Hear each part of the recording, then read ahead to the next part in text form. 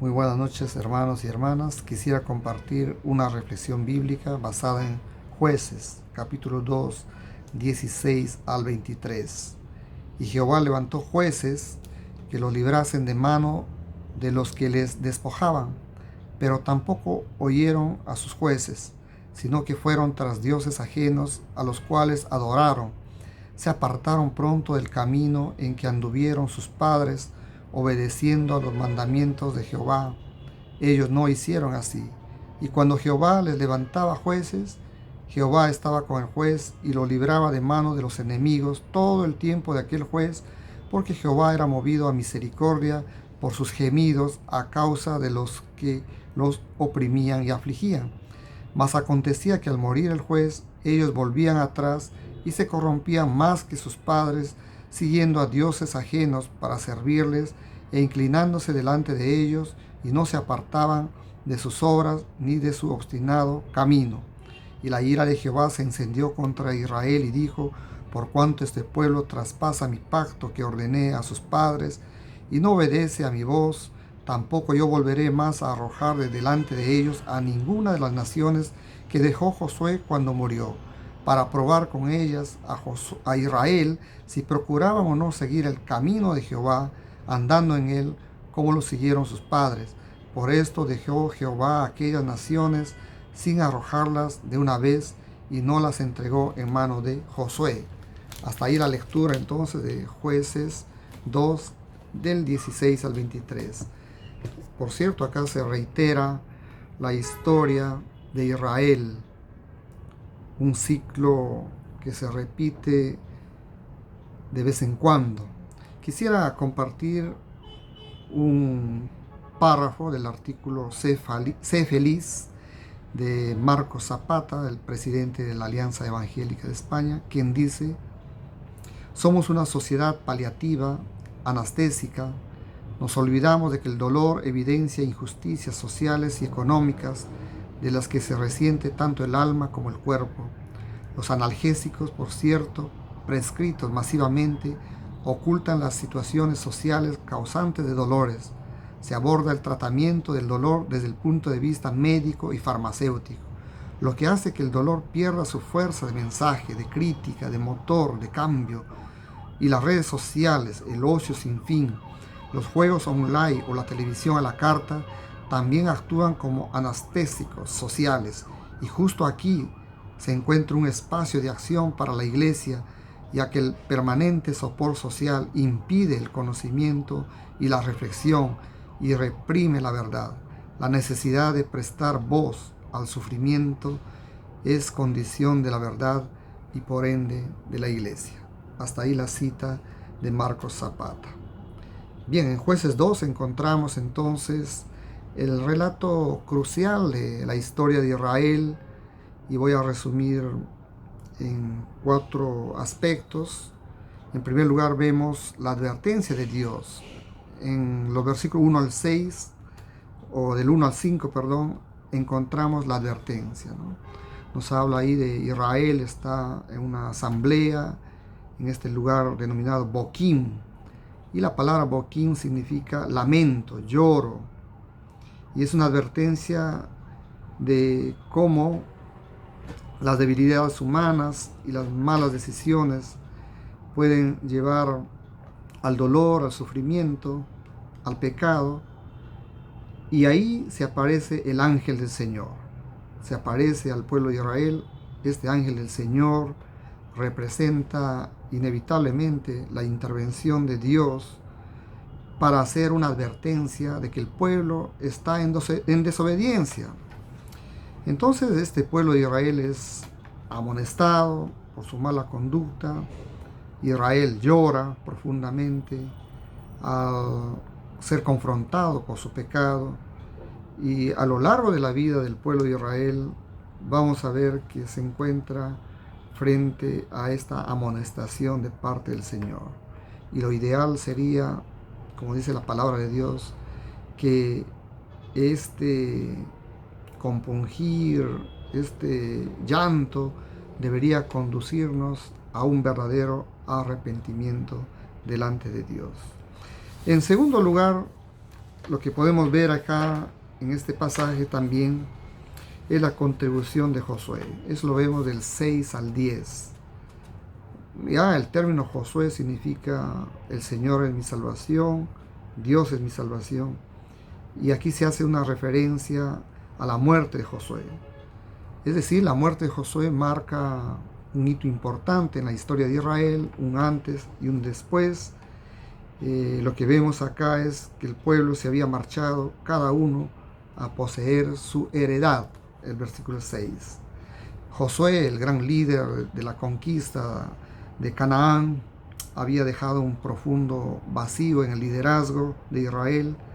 Hasta aquí él había contribuido posiblemente a la unidad, a la fortaleza, a la identidad, a la cohesión de un pueblo, y ahora cada uno se marcha por su lado. Ahora, ¿de qué manera este tipo de liderazgos fuertes, a veces insustituibles en nuestro tiempo, afectan también negativamente a la vida de nuestros pueblos?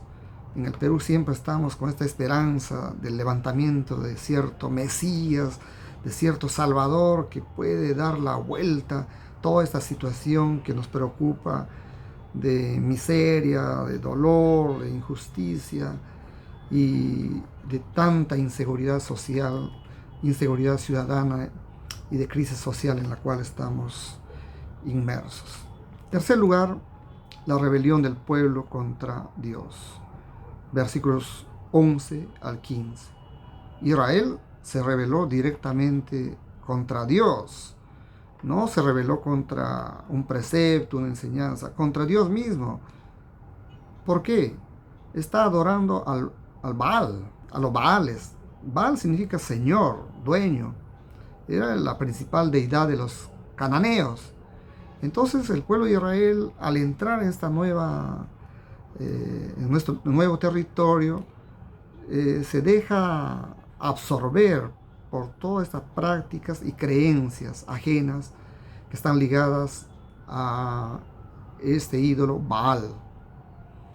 Era un ídolo contemporáneo, vamos a decir, de ese momento. Abandonaron la adoración, la fe verdadera del único Dios que se había mostrado de una manera poderosa en la historia, en la vida de Israel, y van tras estos dioses ajenos, dioses cananeos, dioses falsos, lo llama el versículo 11. Entonces la ira de Dios se enciende, es como que rebasa ya el vaso, la copa, se enciende la ira de Dios contra Israel y permite que sus enemigos puedan castigar severamente a Israel. Versículo 14 dice, robadores entraron y despojaron, de tal manera que Israel no podía hacer nada en absoluto. Habían llegado a la conclusión de que no se puede enfrentar ya esta situación de atropello, de injusticia, de inseguridad.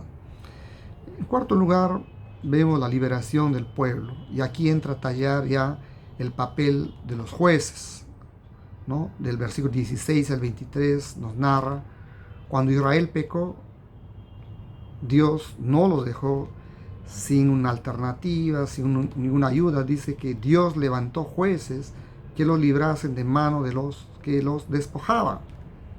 Despojaban de su cosecha, despojaban de sus bienes, despojaban de sus hijos, se llevaban esclavos a sus mujeres, todo tipo de injusticia y atropello que no se puede describir acá en este tiempo. Los jueces no eran simples funcionarios sentados ahí en su escritorio leyendo o aplicando las leyes, eran líderes especialmente preparados para el gobierno, para gobernar, para liderar al pueblo. Y estos jueces castigaron a los delincuentes, a los malhechores, y dirigieron al pueblo en la guerra contra estos enemigos y lo liberaban del poder que ellos tenían en ese momento. Bien, entonces esos 4 puntos nos lleva tal vez ya a algo que... ¿Cuáles son las lecciones que podemos sacar de este pasaje de Jueces 2, 16 al 23? Yo veo acá de la manera como Dios se presenta en este lugar Boquín, ¿no? Boquín significa lloro. Dios sale al encuentro del ser humano en su situación de miseria, de pecado, y lo confronta. Entonces la pregunta para nosotros es, ¿qué cosas nos alejan de la voluntad de Dios, de estar en sintonía con lo que nosotros conocemos, el reino de Dios? Ahora, Dios les hace recordar los hechos maravillosos del pasado, que son una garantía de su actuar en el presente. Si Dios hizo en el pasado contra Faraón y el pase por el Mar Rojo y todas esas hazañas, Dios puede intervenir en la vida del pueblo de Israel. Esa garantía de que Dios sigue actuando en la historia a pesar de nuestra desobediencia. Ahora bien, en tercer lugar, la idolatría creo que es el peor pecado que condena a Dios en toda la Biblia, ¿no? La idolatría en todas sus formas. Esa idolatría que no solamente puede ser ídolos construidos con las manos humanas, sino como lo encontramos también la idolatría de los preceptos, que lo llama John A. Mackay. Cuarto lugar, que la desobediencia contra Dios o la desobediencia a Dios siempre tiene sus consecuencias. Y Dios permite en este caso una serie de situaciones como ladrones, extorsionadores, que castigan al pueblo. Ahora, ¿cómo se entiende hoy el aumento de la inseguridad y del crimen organizado y de la falta de atención de nuestras autoridades frente a esta situación? Las leyes son que cambian al ser humano, las leyes van de alguna manera a conducir hacia un estado de paz, de bonanza. Dios levanta jueces para liberar a Israel de sus opresores, pero el pueblo tampoco escucha a sus jueces, se resiste escuchar y obedecer la voluntad de Dios. Más bien acude a los ídolos, a los Baales. ¿Y cuáles son esos ídolos hoy en día? Tenemos líderes que sintonizan con la guía de Dios. Estos líderes están dispuestos a sacrificar su vida para buscar la paz, la justicia del pueblo, de poder enfrentar los males, la idolatría, la corrupción en nuestro tiempo. Dios siempre ha mostrado su amor, su misericordia para su pueblo escogido, Israel. Cuando los jueces actuaban, Dios estaba con ellos, Dios los liberaba de sus enemigos, Dios traía libertad, liberación, eso que tanto esperaban las familias de Israel.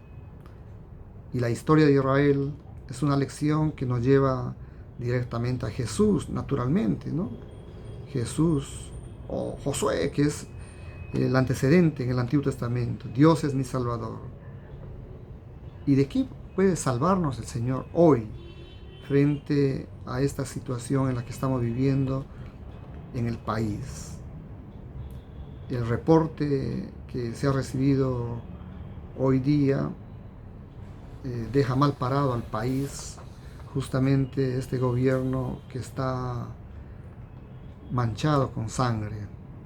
No se podría hablar de justicia, no se podría hablar tal vez de paz, si es que no estamos en la disposición de reconocer que hemos pecado delante de Dios, que hemos hecho lo malo delante de Él, que hemos afectado al pueblo, y cómo este pueblo a veces calla ya, porque su voz no es oída. De qué manera como iglesia podemos leer la historia de Israel y como una historia que nos enseña, nos inspira y nos hace ver también en el camino equivocado que estamos. Cuántas veces hemos puesto la esperanza en líderes y han resultado que tienen pies de barro. Que el Señor nos ayude a confiar plenamente en el único Señor, dejando de lado los ídolos, los caprichos, las mezquindades, y buscar en todo momento el bienestar de la comunidad, pero bajo la guía del Señor. Dios los bendiga.